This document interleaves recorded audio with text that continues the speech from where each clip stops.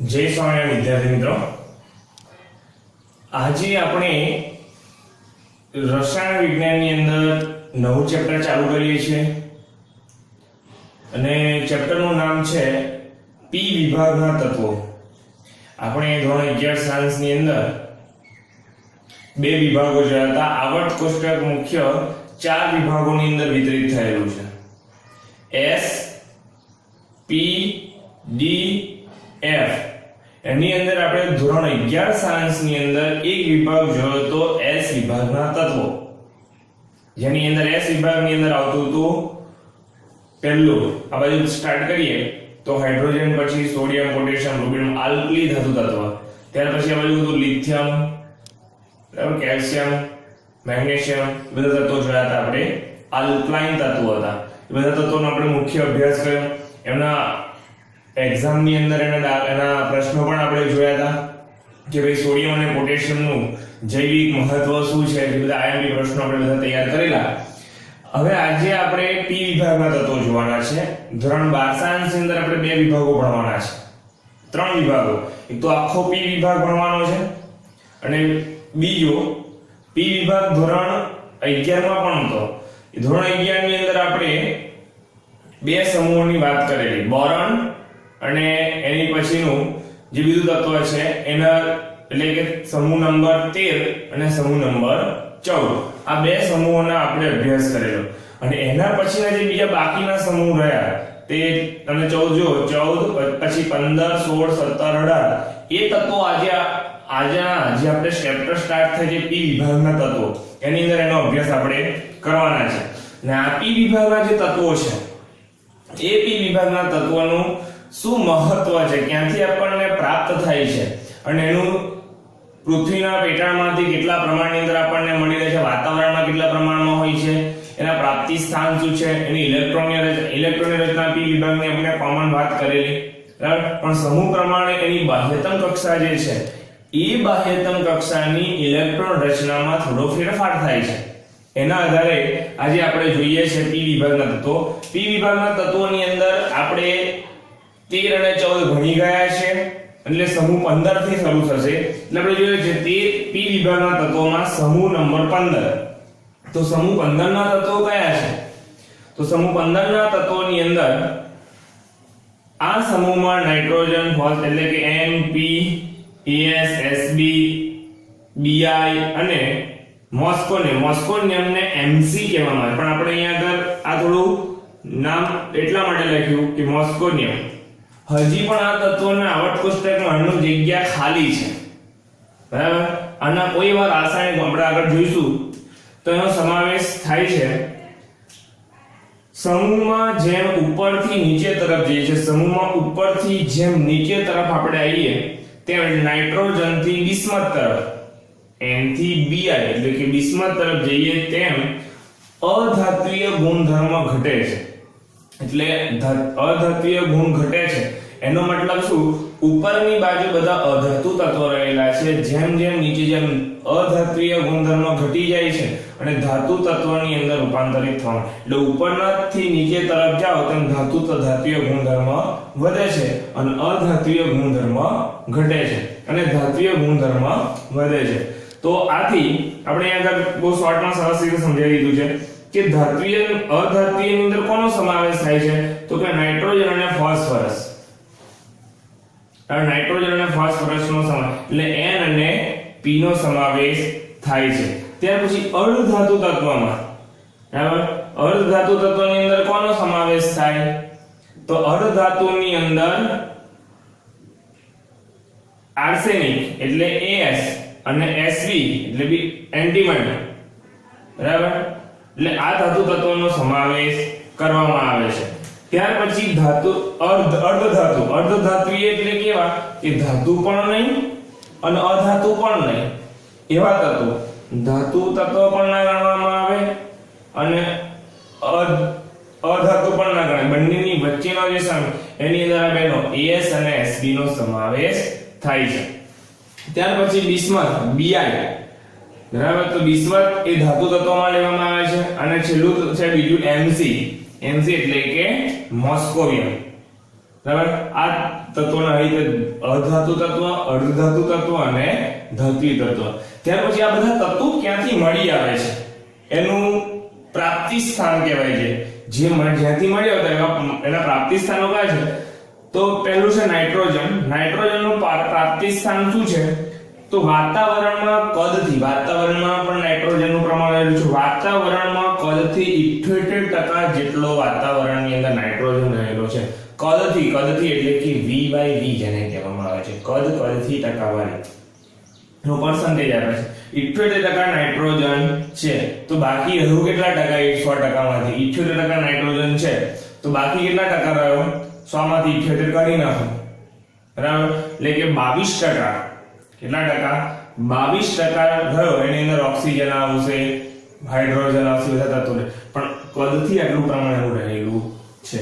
પૃથ્વીના પોપડામાં નાઇટ્રોજન તરીકે sodium nitrate. પૃથ્વીના પોપડાની અંદર સોડિયમ નાઇટ્રેટ, આ બધા યાદ રાખવાના છે. પૃથ્વીના પોપડાની અંદર સોડિયમ નાઇટ્રેટ જે છે એ રહેલો છે. એનું સૂત્ર શું છે sodium નાઇટ્રેટનું? NaNO3. NaNO3 sodium nitrate. એને શું કહેવામાં આવે છે? તો એને કહેવામાં આવે છે ચીલી સોલ્ટ પીટર કહેવામાં આવે છે. એને કહેવામાં આવે છે ચીલી સોલ્ટ પીટર, એનું નામ છે. આપણને ટૂંકા પ્રશ્નોની પહેલાના જે ગુજકેટ નીટ એક્ઝામ આપણે લેવાય છે એની અંદર આવું પૂછી શકે, નીચેના પૈકી ચીલી સોલ્ટ પીટરનું આણ્વીય સૂત્ર શું છે? ઇન્ડિયન સોલ્ટ પીટરનું આણ્વીય સૂત્ર શું છે? તો આપણને ખબર હોવી જોઈએ. સાથે સાથે હવે બોર્ડની એક્ઝામમાં પણ પૂછે છે. બોર્ડની એક્ઝામમાં ટૂંકા પ્રશ્નોની અંદર આનો સમાવેશ થઈ શકે કે ચીલી સોલ્ટ પીટરનું સૂત્ર શું છે, આણ્વીય સૂત્ર, અને એને શું કહેવાય, કયા વૈજ્ઞાનિક નામથી ઓળખવામાં આવે છે? એના સામાન્ય નામ છે. તો એને કહેવામાં આવે છે NaNO2. એનું નામ છે સોડિયમ નાઇટ્રેટ. શું છે? Sodium nitrate. એવી જ રીતે પોટેશિયમ નાઇટ્રેટ, એને KNO3. અહીંયા NaNO3 અને આ છે KNO3. એને કહેવામાં આવે છે ઇન્ડિયન સોલ્ટ પીટર. શું કહેવામાં આવે છે? Indian salt Peter. પૃથ્વીના પેટાળમાંથી મળી આવે છે, વાતાવરણમાંથી મળી આવે છે. સાથે સાથે વનસ્પતિ અને પ્રાણી, આપણા શરીરની અંદર પણ નાઇટ્રોજન રહેલું છે, વનસ્પતિમાં પણ નાઇટ્રોજન રહેલું છે. માંથી તે પ્રોટીન સ્વરૂપે મળી આવે છે. કેવા સ્વરૂપે મળી આવે છે? પ્રોટીન સ્વરૂપે. કેમ કે પ્રોટીન એમિનો એસિડ નું બનેલું હોય છે. ઘણા બધા એમિનો એસિડ પોલીપેપ્ટાઇડ બોન્ડથી જોઈન થાય, એકબીજા સાથે કનેક્ટેડ થાય, અને પ્રોટીન આપણા શરીરની અંદર રહેલું છે. એટલે એમિનો એસિડ એટલે કે નાઇટ્રોજન એમાં હોય, અને એની જોડે પ્રોટીન, એમાંથી પ્રોટીન મળે, એટલે એમાં પ્રોટીનમાં પણ નાઇટ્રોજન હોવાનું, એટલે એની અંદરથી આપણને મળી આવે છે. ત્યાર પછીનો તત્વ છે ફોસ્ફરસ. તો ફોસ્ફરસ આપણને કેવી રીતે પ્રાપ્ત થાય છે? તો ફોસ્ફરસ એ ખાસ કરીને એપેટાઇટ વર્ગના ખનિજોમાં મળી આવે છે. આ એક વર્ગ છે. કયો વર્ગ છે? એપેટાઇટ. યાદ રાખવાનું. કયા વર્ગની ખનિજ છે? એપેટાઇટ વર્ગનું ખનિજ છે. જેમ ઘણા બધા વર્ગો છે, બરાબર, કે ભાઈ બધા જુદા જુદા સમાજ છે, આર્ય સમાજ, બરાબર, બ્રાહ્મણ સમાજ, પટેલ સમાજ, બધા એવા વર્ગો પડી ગયા છે સમાજની અંદર. એવી રીતે ખનિજોની અંદર પણ એવા વર્ગો પાડવામાં આવે છે, જેની અંદર એક વર્ગ છે એપેટાઇટ. એપેટાઇટ વર્ગના ખનિજો માંથી મળી આવે છે, જેનું સામાન્ય સૂત્ર યાદ રાખવાનું. જેનું સામાન્ય સૂત્ર શું છે? Ca3PO4 Ca3PO4 CaX2 calcium halide. X એટલે કે ક્લોરીન, બ્રોમીન, આયોડીન, ફ્લોરીન, ગમે તે હોઈ શકે, કોઈ પણ હેલાઇડ સંયોજન હોઈ શકે. લાઈનનું એક સામાન્ય સૂત્ર આ પણ યાદ રાખવાનું છે. ત્યાર પછી તે હાડકાઓમાં અને અન્ય જીવંત કોષોમાં પણ હોય છે. હાડકા, આપણા શરીરના હાડકા તથા અન્ય જે જીવંત કોષો, આપણા શરીરની અંદર ઘણા બધા જીવંત કોષો છે. એ સિવાય ઘણા બધા જીવ પ્રાણી માત્રની અંદર જીવંત કોષો રહેલા છે. તે દૂધ અને ઈંડા માં ફોસ્ફોપ્રોટીન સ્વરૂપે પણ રહેલું છે. દૂધની અંદર આપણને ફોસ્ફરસ મળી આવે છે, બરાબર, અને જે ઈંડા જે ખાતા હોય, માંસાહારી લોકો એને કહેવામાં આવે, એની અંદર પણ આપણને કયા સ્વરૂપે? ફોસ્ફોપ્રોટીન સ્વરૂપે પ્રાપ્ત થાય છે. ત્યાર પછી AS, SB અને BI તે મુખ્ય તેના સલ્ફાઇડ ખનિજ સ્વરૂપે મળે. સલ્ફાઇડ ખનિજો, બરાબર, સલ્ફાઇડ ખનિજ સ્વરૂપે આપણને મળી આવે છે. ત્યાર પછી છે મોસ્કોવિયમ. મોસ્કોવિયમ ક્યાંથી મળી આવે છે? તે એક સંશ્લેષિત રેડિયો સક્રિય તત્વ છે. સંશ્લેષિત એટલે કે મોસ્કોવિયમ તત્વ કુદરતમાંથી મળી આવતું નથી. સંશ્લેષિત એટલે કે માણસે બનાવેલું છે. તો એ સંશ્લેષિત રેડિયો સક્રિય તત્વ છે. કેવું તત્વ છે? રેડિયો સક્રિય. સતત વિકિરણ રેડિયો સક્રિય તત્વ એને કહેવામાં આવે કે જે વિકિરણનું ઉત્સર્જન કરતું હોય. બરાબર? તેનું અર્ધ આયુષ્ય ઘણું ઓછું છે. તેનું અર્ધ આયુષ્ય, આપણે અર્ધ આયુષ્ય સમયના દાખલા પણ જોઈશું ત્યારે એને વાત કરીએ. અર્ધ આયુષ્ય સમય એટલે શું? ધારો કે કોઈ તત્વ વિઘટન પામવા માટે 50 વર્ષની જરૂર પડે, તેનો 50 વર્ષમાં એ વિઘટન એટલે કે નાશ પામી જાય છે.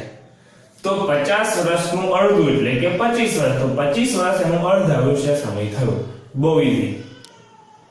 તો આ તત્વનું એટલે કે મોસ્કોવિયમ તત્વનું અર્ધ આયુષ્ય સમય ઘણું જ ઓછું હોય છે. તમે વર્ષ તો બહુ વધારે કહી દીધા, ઘણા તત્વો છે એવા, બરાબર? આથી તે ખૂબ જ ઓછા જથ્થામાં પ્રાપ્ત કરી શકાય છે. પ્રાપ્ત થઈ શકતું નથી, ઓછા જથ્થામાં પ્રાપ્ત કરી શકાય છે. આથી તેનું રસાયણ વિજ્ઞાન એટલે કે આ તત્વનું રસાયણ વિજ્ઞાન હજુ પ્રસ્થાપિત થઈ શકતું જ નથી. એટલે એની જગ્યા મોસ્કોવિયમની ત્યાં આગળ થોડી મૂકી છે, પણ એને શું કરી શકતું નથી? એનું પ્રસ્થાપિત નથી. કોઈ રસાયણ વિજ્ઞાને જેને પ્રસ્થાપિત નથી કે આ તત્વ આવું છે અને આવી રીતે મળી આવે છે, આની અંદરથી પ્રાપ્ત થાય છે, એટલે એની કોઈ બી માહિતી રસાયણ વિજ્ઞાને અત્યાર સુધી પ્રાપ્ત કરી નથી. એટલે કે એને એવું જ રાખ્યું છે. ત્યાર પછી છે બધા તત્વોની ઇલેક્ટ્રોનની રચના. કે આજે આપણા તત્વો જે ભણી રહ્યા છે એ તત્વોની ઇલેક્ટ્રોનની રચના શું છે? તો કે આ બધા તેમની સામાન્ય ઇલેક્ટ્રોન રચના આપણને યાદ રહી જાય ને તો બહુ ઈઝી છે. ત્યાર પછી આપણે આવર્તને આધારે બહુ સરળતાથી લખી શકીએ અને બહુ સરળ છે, એકદમ ઈઝી. જે ટૂંકા પ્રશ્નોની અંદર આવે આપણને ઇલેક્ટ્રોનની રચના પૂછે તો આવડવી જોઈએ. બરાબર? તો પહેલું છે ઇલેક્ટ્રોનની રચના. તેની સામાન્ય ઇલેક્ટ્રોનની રચના એટલે કે પહેલા નિષ્ક્રિય વાયુ હોય છે, એટલે કે ની વાયુ એવું લખ્યું. ની વાયુ એટલે કે નિષ્ક્રિય વાયુ. ઉમદા વાયુ તત્વમાં કોઈ પણ હોઈ શકે. ઉમદા વાયુ તત્વનો આપણે આખું આવર્ત કોષ્ટક કેવી રીતે યાદ રાખવું સમજાવેલું છે. પાછળનું નામ શું છે? हीना नीना और करीना सब एक्शन में रहना. बराबर? तो हीना એટલે કે હિલિયમ, ના એટલે કે નિયોન. બરાબર? આ પ્રમાણે આપણે આખું याद करावे છે. તે બધા તત્વો हीना नीना और करीना सब एक्शन में रहना. Helium, neon, argon, krypton, xenon અને रेनॉन. એટલે શું આવશે? રેનોન એટલે કે આરએન આવશે આનું છે. એટલે કે આ પ્રમાણેના તત્વો જે નિષ્ક્રિય હોતો તો એ તો પહેલા લખી જ દેવાના અને ઇલેક્ટ્રોનની રચનાના આધારે અમુક ફિક્સ છે કે ભાઈ હિલિયમનો પરમાણુય ક્રમાંક ને આધારે અહીંયા આગળ લેવામાં આવે છે. ત્યાર પછી નિયોન, આર્ગોન, ક્રિપ્ટોન એટલે કે કોઈ પણ નિષ્ક્રિય વાયુ અહીંયા આગળ હોઈ શકે. કોઈ પણ એટલે કે જેમ એના ઇલેક્ટ્રોન રચનાને આધારે ઇલેક્ટ્રોનની સંખ્યા કેટલી છે એના આધારે અહીંયા આગળ મૂકવામાં આવે છે. ત્યાર પછી NH2 NP6 એટલે NP3 NH2 એટલે S માં 2 હશે અને P ની અંદર 3 ઇલેક્ટ્રોન એટલે બાહ્યતમ કક્ષાની અંદર 3 ઇલેક્ટ્રોન રહેલા છે. કેટલા ઇલેક્ટ્રોન રહેલા છે? 3. તો આ પ્રકારની છે જેમાં n બરાબર 2 થી 7 આવર્ત ક્રમાંક ધરાવે છે. n બરાબર 2 થી 7 આવર્ત ક્રમાંક ધરાવે. 2 3 4 5 6 7 સુધી રહેશે. પછી જોઈએ આગળ કે NP કક્ષકો અર્ધપૂર્ણ ભરાયેલી હોવાથી તેની ઇલેક્ટ્રોન રચના સ્થાયી છે. જો ઇલેક્ટ્રોનની રચનાની અંદર જ્યાં કક્ષકો ખાલી હશે ને તો એ સ્થાયી બની શકે છે. તો સ્થાયી બનવાનું કારણ શું છે? તો કે જો કેવી રીતે P કક્ષક છે, આ P કક્ષક વધુમાં વધુ કેટલા ઇલેક્ટ્રોન સમાવી શકે? તો P કક્ષકની અંદર વધુમાં વધુ 6 ઇલેક્ટ્રોન રહેશે. અને 6 ઇલેક્ટ્રોનની અંદર હુનના નિયમનું પાલન થતું હોય કે પહેલા બધી યુગ્મિત રીતે ગોઠવાય અને જો વધારાનો ઇલેક્ટ્રોન હોય તો કેવી બને છે? યુગ્મિત. પણ અહીંયા P કક્ષકની અંદર હંમેશા પાછળનો જે ભાગ આવતો છે P અને આ P વિભાગના તત્વો બની રહ્યા છે. એટલે P કક્ષકમાં જ છેલ્લો ઇલેક્ટ્રોન દાખલ થશે. P વિભાગના તત્વો કોને કહેવામાં આવે છે? જે તત્વનો છેલ્લો દાખલ થતો ઇલેક્ટ્રોન P કક્ષામાં હોય તેનો P વિભાગમાં કહેવામાં આવે. જે તત્વનો છેલ્લો દાખલ થતો ઇલેક્ટ્રોન F કક્ષામાં થતો હોય તો એને F વિભાગના તત્વો કહેવામાં આવે છે. એમ અહીંયા છેલ્લો દાખલ થતો ઇલેક્ટ્રોન P કક્ષામાં થાય છે એટલે એને P વિભાગ. અને એમાં ઇલેક્ટ્રોનની રચના પાછળ બધાને કોમન મળશે NP3 એટલે કે P ઇલેક્ટ્રોન P ની અંદર 3 એટલે કે P કક્ષાક જે છે તો P કક્ષા આવી રીતે રહેલી છે. બધા આપણે ખાલી કોમન યાદ કરી દઈએ એને કે px py ને pz તો બધાની અંદર આવી રીતે એક એક ઇલેક્ટ્રોન ગોઠવાયેલો હશે અને આવી રીતે જ્યારે ઇલેક્ટ્રોન અયુગ્મિત રીતે ગોઠવાયેલો તો આવા જે અયુગ્મિત ઇલેક્ટ્રોન એટલે કે એક એક ઇલેક્ટ્રોન ગોઠવાયેલા સૌથી વધારે સ્થાયી હોય છે કેવા હોય છે સૌથી વધારે સ્થાયી જો યુગ્મિત હોય તો એને સ્થાયિત્વ મળતું નથી બરાબર તો આવી રીતે બધા જ ઇલેક્ટ્રોન એક એક ગોઠવાયેલા છે એટલે p કક્ષક એટલે શબ્દ વાળેલી p કક્ષક np કક્ષકો અર્ધપૂર્ણ ભરાયેલી હોવાથી તેની ઇલેક્ટ્રોન રચના સ્થાયી હોય છે નાઇટ્રોજન એટલે કે n हीलियम નાઇટ્રોજનના 7 ઇલેક્ટ્રોન સમાયેલા હોય કેટલા 7 7 માં ત્યાં આગળ જો 5 તો વપરાઈ ગયા તો અહીંયા આગળ હિલિયમના કેટલા વપરાયા છે 2 બરાબર તો 2 ત્યાર પછી જોઈએ હિલિયમના 2 2 ને 1 2 4 4 ને 3 7 એટલે કે 7 ઇલેક્ટ્રોન થઈ ગયા એટલે અહીંયા આગળ હિલિયમ જે છે નિષ્ક્રિય વાયુ તરીકે મેં લીધો છે એટલે એના 2 ઇલેક્ટ્રોન ગણાઈ ગયા બરાબર ને n તરીકે અહીંયા આગળ 2 તો કહું n બરાબર 2 થી લઈને n બરાબર 7 સુધી જો આ 7 છે છેલ્લો 7 સુધી કોઈ પણ વપરાઈ શકે આગળ એક પણ નહીં વપરાય અને શું નહીં વપરાય બીજો 8 પણ નહીં વપરાય એટલે કે છેલ્લામાં છેલ્લું 7 સુધી લેવામાં આવશે ત્યાર જોઈએ પછી જોઈએ છે p 15p એટલે ફોસ્ફરસ ની અંદર અહીંયા આગળ નિયોન જે છે 8 હતા ઉપર આવ્યો 8 8 ઉમેરતા જવાનું 8 ને 7 ને 8 15 પછી સીધા 18 ઉમેરવાના એક તત્વ ઉપર 8 8 18 32 એવું છે આપણે એટલે અહીંયા 18 ઉમેરવાના તો 18 15 ને 18 તો કેટલા થાય 33 એમ અહીંયા આગળ 8 ઉમેરવાના છે તો 7 ને 8 15 એટલે કે અહીંયા તમે જે 8 ઉમેર્યા હવે હિલિયમના 2 હતા એમાં બીજા 8 ઉમેર દો તો 8 ને 2 10 એટલે નિયોનનો 10 મારે કરવાના છે 15 એટલે 3s2 3p આની અંદર 3s2 જો અહીંયા 2 પછી સીધો 3 આવશે 2 પછી 3 જો 2 પછી 3 એટલે 2 પછી 3 એટલે કે 3s2 3p3 તો 10 ને 2 12 ને 3 15 આવી રીતે તો જો આ કોમન છે આટલી વસ્તુ common 3s2 2s 2p 3s 3p એ કોમન જોવા મળે એટલે મેં લખ્યું સમાન ઇલેક્ટ્રોનની રચના જોવા મળે આ બંને સમાન છે ત્યાર પછી as અને sb અને 15 માં 18 ઉમેરો એટલે કેટલા થાય 33 એટલે as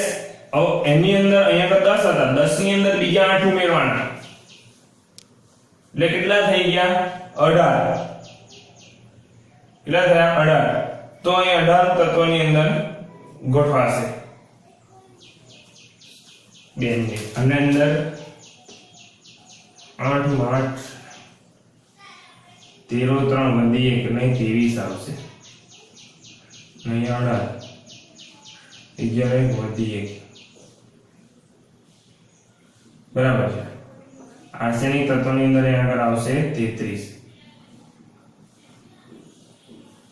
એટલે એના કેટલા ઉમેરાશે એટલે 18 થયા 18 પછી અહીં આગળ જો 18 ને 10 કારણ કે આ 10 આની અંદર ગણી એટલે 18 એના નજીકનું તત્વ 18 આવશે આર્ગોન 18 ગણાયા 18 ને 10 3d અહીંયા 3 છે તો અહીંયા 3d આવશે આમાં થોડો ફેરફાર જોવા મળશે કારણ કે અહીંયા 2 હતો તો અહીંયા 3 હતો આપણે 3 પછી સીધા 4 લઈ લઈએ એવું નહીં s માં 4 આવશે જો 3s તો અહીંયા 4s આવે અને 4p આટલો ભાગ પાછળનો કોમન રહેશે અહીંયા જે s હશે અહીંયા જે n હશે એ અહીં આવશે 4s 4p પણ અહીં આગળ 4 ની આગળનો શું થાય કે 3 તો 3d d માં કેટલા ભરાય 10 તો 18 ને 10 28 ને 2 30 30 ને 3 33 તો એ રીતે 33 ગણાઈ ગયા ત્યાર પછી છે sb ની અંદર આની અંદર 18 ઉમેર એટલે કેટલા થશે 51 અને આની અંદર 18 નો બીજા તમે ઉમેરો એટલે એની આધારે તમારે અહીં આગળ થશે 18 ને 8 18 ને 8 થશે 26 બરાબર તો 26 ને 10 46 સોરી અહીંયા 18 માં તો અહીંયા 18 ઉમેરવા પડશે એટલે 46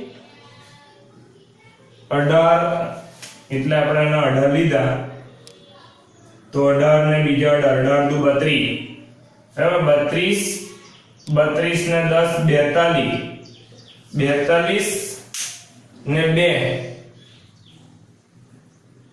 આની અંદર 18 હતા 18 ને 18 દુ 36 સોરી 18 દુ 36 36 ને 6 36 ને 10 46 ને 5 51 થઈ ગયા એટલે કે આના 18 હતા અહીંયા 18 ઉમેર્યા કારણ કે અહીંયા આગળ ખાલી એક ડિફરન્સ ગાળો પડશે અહીંયા આગળ બે ની વચ્ચે જ કારણ કે આ બંને જો અહીંયા આગળ 3 નો સમાવેશ થાય 1 2 ને 3 1 2 ને 3 એવો અહીંયા આગળ પણ એક એવો ડિફરન્સ જોવા મળશે એટલે આની અંદર તમારે 18 ઉમેર્યા તો અહીંયા 18 ઉમેરવા જ પડશે એટલે 18 દુ 36 36 એટલે આ 36 36 ને 10 46 46 ને 2 48 48 ને 3 51 એટલે આટલો ભાગ જોવા મળે એટલે અહીંયા આગળ 3 આવે 3 પછી 4 એટલે 3d 10 4d 10 4 પછી સીધું 5 5s2 5p3 એવી જ રીતે બિસ્મત આની અંદર તમે 18 ઉમેરો સોરી 18 ને અહીંયા 32 આ બેનો ગાડો પડ્યો અહીં 32 ઉમેરવાનો તો 32 ઉમેરો એટલે બિસ્મત આવશે ત્યાર પછી ઝેનોન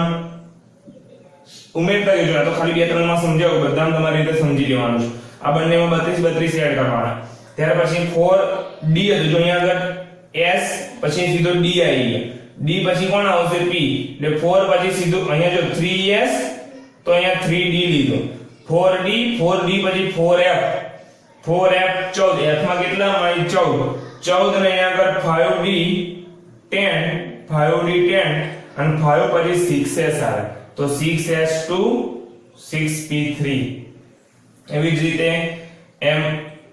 mc એની અંદર 115 એની અંદર રેનોન આની અંદર થશે 5f ફરી સોરી 4f પછી 5f 14 5 પછી 6d 10 6 પછી કોણ આવે 7 7s2 7p3 તો અહીંયા આગળ જે વાત કરી હતી n બરાબર 2 થી લઈને n બરાબર 7 સુધી તો આની અંદર જો આ બેમાં સમાનતા જોવા મળે આ બેમાં સમાનતા જોવા મળે અને આ બેમાં સમાનતા અહીંયા જો 4s 4p 5s 5p 6s 6p 7s 7p તો આની અંદર d કક્ષક હોય છે આમાં f કક્ષક હોય છે જ્યારે આમાં f કક્ષકો નથી હોતી આમાં આગળ હોય છે આમાં d હોય છે આમાં d નથી હોતી તો આ પ્રમાણેનો તફાવત જો મળે એટલે સમાનતા બબેની પેરની અંદર જોવા મળે છે આ થઈ એની ઇલેક્ટ્રોન રેશિયો હવે આપણે આગળ જોઈએ છે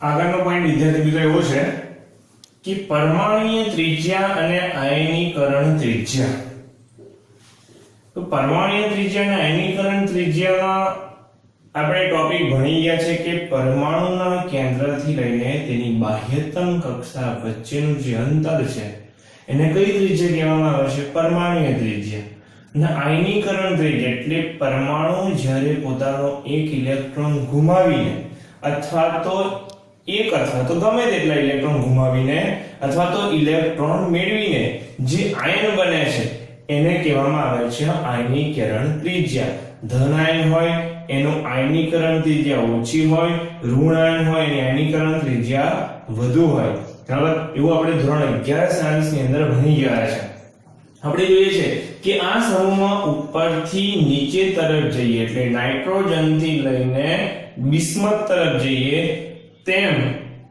સહસંયોજક અને આયનીય સહસંયોજક એટલે કેવા કે એક ઇલેક્ટ્રોન 15માં સમૂહનું તત્વ એટલે કે નાઇટ્રોજન આપે અને બીજું કોઈ પણ તત્વ જેમ કે હાઇડ્રોજનિક ઇલેક્ટ્રોન આપીને NH3 બનાવે છે સહસંયોજક ભાગીદારીથી જે બંધન એટલે સહસંયોજક અને આયનીય એટલે કેવો ઇલેક્ટ્રોન ગુમાવીને કાં તો ઇલેક્ટ્રોન મેળવીને ધન આયન બનીને અથવા તો ઋણ આયન બનીને એટલે કે અહીંયા આગળ એવું કૌંસમાં લખ્યું છે E3+ એટલે કે 3 ઇલેક્ટ્રોન ગુમાવીને અથવા તો E5+ અથવા તો 5 ઇલેક્ટ્રોન ગુમાવીને બરાબર આ રીતે પરમાણુય ત્રિજ્યામાં વધારો થાય છે એટલે કે ઉપરથી નીચે તરફ જાય પરમાણુ ત્રિજ્યામાં શું જોવા મળે છે આપણને વધારો જોવા મળે છે એવી રીતે નાઇટ્રોજન અને નાઇટ્રોજન થી બિસ્મત તરફ જઈએ તેમાં સહસંયોજક ત્રિજ્યામાં નોંધપાત્ર વધારો થાય નાઇટ્રોજન થી બિસ્મત તરફ જાઓ નોંધપાત્ર એટલે કે જેને આપણે નોંધી શકાય છે એવો નોંધપાત્ર વધારો થાય છે જો કે આર્સેનિક અને આર્સેનિક થી બિસ્મથ તરફ જઈએ એટલે આર્સેનિક થી બિસ્મથ તો તેમાં સહસંયોજક ત્રિજ્યા બહુ ઓછો વધારો જોવા મળે છે એટલે કે જે સહસંયોજક ખાલી આની અંદર બહુ ઓછો વધારો જોવા મળે છે કઈથી આર્સેનિક થી બિસ્મથ તરફ જઈએ છે તેમ પણ નાઇટ્રોજન થી બિસ્મથ તરફ જઈએ તેમ તેની ત્રિજ્યાની અંદર વધારો જોવા મળે છે તેમનું આવું થવાનું કારણ શું છે તેનું કારણ ભારે તત્વોમાં સંપૂર્ણ ભરાયેલી એટલે જે ભારે તત્વો છે તેમાં સંપૂર્ણ ભરાયેલી n-1 d કક્ષકો અથવા n-2 f કક્ષકોની હાજરી છે જે સ્કિનિંગ અસરને કારણે સ્કિનિંગ અસર ભણી ગયા છે સ્કિનિંગ અસરને શું કહેવામાં આવે છે એને શિલ્ડિંગ અસર તરીકે પણ આપણે ઓળખતા હતા બરાબર એક આખો એવું પડ ઊભું કરી દે પોતાની આજુબાજુ જે કેન્દ્રથી જે બાહ્યતમ કક્ષાની અંદર રહેલા ઇલેક્ટ્રોન છે એનું આકર્ષણ શું કરે છે ઘટાડી દે છે જેના કારણે એની ત્રિજ્યામાં વધારો જોવા મળે છે બરાબર એવું એક પડ ઊભું કરી દે એક એવું કવર કરી દે એવી કક્ષાકો જેના કારણે સ્કિનિંગ અસરનું શું થાય છે નિર્માણ થાય છે અને કેન્દ્રીય તરફનું આકર્ષણ ઘટે છે એટલે પરમાણુ સંકોચાતો નથી એની જગ્યાએ પહોળો થાય છે બરાબર આ પ્રમાણેની સ્કિનિંગ અસર છે ત્યાર પછી જો આયનીકરણ એન્થાલ્પી આ પરમાણુ ત્રિજ્યા અને આયનીય ત્રિજ્યા જોઈ આ આપણે ટૂંકા પ્રશ્નોને ટૂંકા એના માટે યાદ રાખવાનું છે ત્યાર પછી જો આયનીકરણ એન્થાલ્પી એની અંદર આવો ટૂંકો પ્રશ્ન પૂછ્યો છે બરાબર પૂછાઈ શકે કહેવાય નહીં ઘણા જે આયનીય પ્રશ્નો છે બધા પાછળ આવશે એટલે કહીશું બધા ટૂંકા પ્રશ્નો માટે ખાસ બધું જરૂરી છે શું કહે છે સમૂહ આયનીકરણ એન્થાલ્પી આપણને એવી રીતે પૂછે કે સમૂહ 15 ના તત્વોની આયનીકરણ એન્થાલ્પીનું વલણ સમજાવો તો સમૂહમાં નાઇટ્રોજન થી બિસ્મથ તરફ જતા પરમાણ્વીય કદમાં વધારો થાય છે પરમાણુ કદ શું થાય છે વધે છે કેમ પરમાણ્વીય ક્રમાંક વધે તો પરમાણુ કદ વધે બરાબર છે આથી બાહ્ય કક્ષાનું કેન્દ્રથી અંતર વધે છે જેમ જેમ ઉદાહરણ ખાલી આપણે અહીંયા સમજીએ કે પરમાણુ છે પરમાણુ ક્રમાંક Z એટલે Z બરાબર E P તો પ્રોટોન અને ઇલેક્ટ્રોન એ પરમાણુ ક્રમાંક Z સાથે સંબંધિત છે તો ઇલેક્ટ્રોનની સંખ્યા જેમ જેમ વધતી જાય તેમ તેમ કક્ષાઓનું પ્રમાણ પણ વધતું છે કક્ષાનું પ્રમાણ વધતું જાય તેમ કેન્દ્રથી બહાર રહેલો જે ઇલેક્ટ્રોન છે એનું અંતર આટલું હતું પણ જેમ જેમ ઇલેક્ટ્રોન વધ્યા પરમાણુ ક્રમાંક વધ્યો તેમ તેમ કેન્દ્રથી અહીંયા જે રહેલો એનું અંતર શું થઈ ગયું ભાઈ વધી ગયું અને વધ્યું એટલે શું કહે છે બાહ્યતમ કક્ષામાં કેન્દ્રથી અંતર વધે છે બાહ્યતમ કક્ષાનું જે કેન્દ્રથી અંતર શું થાય છે વધે છે ને પરિણામે સંયોજકતા કક્ષા પર કેન્દ્રીય આકર્ષણ ઘટે છે અને અંદર રહેલી જે કક્ષાઓ જે છે એ શું કરશે આ બધી ઘટનાઓ સમજેલા છે આપણે ધોરણ 11 ની અંદર છતાં પણ આપણે થોડી રિપીટ કરીએ છીએ કે આપણે વાત કરી હતી કે તમે ઘરથી નજીક કોઈ સ્કૂલની અંદર ભણતા હોય તો તમારા મમ્મી પપ્પા તમારું ધ્યાન વધારે રાખી શકે પણ તમે જો હોસ્ટેલમાં રહો તો તમારું ધ્યાન ઓછું રાખી શકે અને જો તમે આઉટ ઓફ કન્ટ્રી ગયા તો તમારું ધ્યાન મમ્મી પપ્પા અહીંયા જ ઇન્ડિયામાં રહેતા હોય તો તમને મહિને 15 દિવસે મળવા પણ આવે બરાબર પણ જ્યારે અમેરિકા જતા રહ્યા તો 3-4 વર્ષે મમ્મી પપ્પા તમને ત્યાં મળવા આવે અને એ ત્યારે તમે સેટલ થયા હતા અને ત્યાંથી જો નાહીને આવતા રહ્યા બરાબર ભણ્યા નહીં બરાબર તો મળવા ના આવે તમારે આવતું રહેવું પડે અહીંયા એટલે કે આવી જે પરિસ્થિતિઓ કેન્દ્રથી અંતર જે ઘટે વધે એ કેન્દ્રીય આકર્ષણના કારણે છે સમજ કેન્દ્રીય એટલે કે જેમ બાહ્યતમ કક્ષામાં જાય છે તેમ કેન્દ્ર તરફ પોતાનું આકર્ષણ શું થતું જાય છે ઘટતું જાય છે એટલે ક્રમશઃ ઘટે છે એટલે એની આયનીકરણ એન્થાલ્પીનો ક્રમ આપણે આવી રીતે લખી શકાય કે ડેલ્ટા IH બરાબર કે નાઇટ્રોજનનું સૌથી વધારે એનાથી ફોસ્ફરસનું વધારે એનાથી કોનું વધારે આર્સેનિક નાઇટ્રોજનનું સૌથી વધારે એનાથી ઓછું ફોસ્ફરસનું એનાથી ઓછું આર્સેનિકનું એનાથી ઓછું એન્ટીમનીનું એનાથી ઓછું બિસ્મથનું તો આમ કરતા કરતા ક્રમશઃ ઘટતો જાય છે. ક્રમ કેવો થતો જાય છે? ઘટે છે. એટલે ક્રમશઃ ઘટે છે આયનીકરણ એન્થાલ્પી. સાથે સાથે શું કહે છે કે આ સમૂહના તત્વોમાં પ્રથમ 3 ક્રમિક આયનીકરણ એન્થાલ્પી, એટલે કે પહેલી વાર આયન બને એને પ્રથમ આયનીકરણ એન્થાલ્પી કહેવાય. એ આયન હતો એમાંથી ફરી પાછળ ઇલેક્ટ્રોન ઘુમાયો તો એને દ્વિતીય આયનીકરણ એન્થાલ્પી કહેવાય. દ્વિતીય આયનીકરણ એન્થાલ્પી હતી એમાંથી એને ત્રીજી વખત ફરી પાછો ઘુમાયો, એટલે કહું 3 વખત થાય ને તૃતીય આયનીકરણ એન્થાલ્પી. આપણે આવું પણ ભણ્યા છે કે એક ઇલેક્ટ્રોન ઘુમાવે કાં તો એક ઇલેક્ટ્રોન મેળવે એટલે પ્રથમ આયનીકરણ કહેવાય. એનો એ આયન બન્યા પછી ફરી પાછો ભૂલ કરે ઇલેક્ટ્રોન ઘુમાવવાની કાં તો ઇલેક્ટ્રોન મેળવવાની, એને દ્વિતીય આયનીકરણ એન્થાલ્પી કહેવાય. તો આવી જે આયનીકરણ એન્થાલ્પી ક્રમશઃ આયનીકરણ એન્થાલ્પીનો ક્રમ નીચે પ્રથમ 3 કયો શબ્દ વાપરે છે? પ્રથમ 3 ક્રમિક આયનીકરણ એન્થાલ્પી નીચે મુજબ છે. તો આયનીકરણ એન્થાલ્પી અહીંયા આવેલો ક્રમ આપ્યો છે. ક્રમ આપણે યાદ રાખવાનો. આ બધા ટૂંકા પ્રશ્નોની પૂછી શકે કે નીચેના પૈકી સમૂહ 15 ના તત્વોની આયનીકરણ એન્થાલ્પીનો ક્રમ કયો સાચો છે? તો આપણને આવડવું જોઈએ. તો પ્રથમ આયનીકરણ એન્થાલ્પીનું સૌથી ઓછું મૂલ્ય હોય છે, એના કરતા દ્વિતીય આયનીકરણ એન્થાલ્પીમાં વધારે હોય છે અને એના કરતા તૃતીય આયનીકરણ એન્થાલ્પી એટલે કે delta IH1 greater than delta IH2 greater than delta IH3. બરાબર?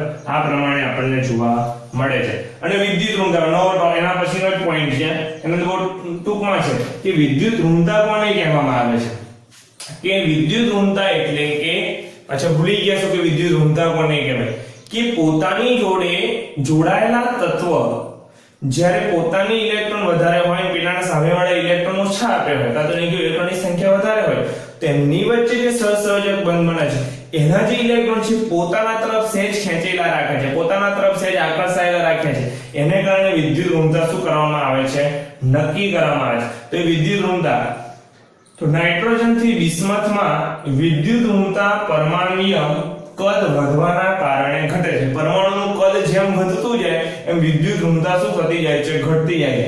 એમાં નાઇટ્રોજન અને ફોસ્ફરસમાં વધારે વિદ્યુત ઋણતા જોવા મળે છે. પણ એને સૌથી વધારે જોવા મળે છે નાઇટ્રોજન અને ફોસ્ફરસમાં. જ્યારે ભારે તત્વોમાં આ તફાવત બહુ નથી. બહુ મોટા ભારે તત્વો એટલે કે નાઇટ્રોજન થી આપણે જે ફોસ્ફરસ આ બેની અંદર નાઇટ્રોજન ફોસ્ફરસ જોવા મળે, પછી આર્સેનિક બિસ્મથ અને એન્ટીમની આ બધા જે તત્વો છે એની અંદર આ બધા ભારે તત્વો કહે. કેમ ભારે તત્વો કહેવામાં આવે છે? કે પરમાણુય ભાર વધારે હોય છે. પરમાણુય પરમાણુ વધે તેમ એનો પરમાણુ ભાર વધતો જાય છે અને એના કારણે પરમાણુ ભાર વધારે છે, જેથી એની અંદર જે વિદ્યુત ઋણતાનો તફાવત કેવો જોવા મળે છે? બહુ જ ઓછો જોવા મળે, એટલે બહુ નથી હોતો, નોર્મલ હોય છે. તો આ પ્રમાણે આપણે વિદ્યુત ઋણતા જોઈશું. હવે નેક્સ્ટ ટોપિકની નેક્સ્ટ લેક્ચરની અંદર આપણે જોઈશું કે P વિભાગના જે તત્વો છે એની અંદર જે સમૂહ 15 છે એ સમૂહ 15 ના ભૌતિક અને રાસાયણિક ગુણધર્મો જોઈશું. ત્યાં સુધી અત્યારે આટલી સુધી સર્વને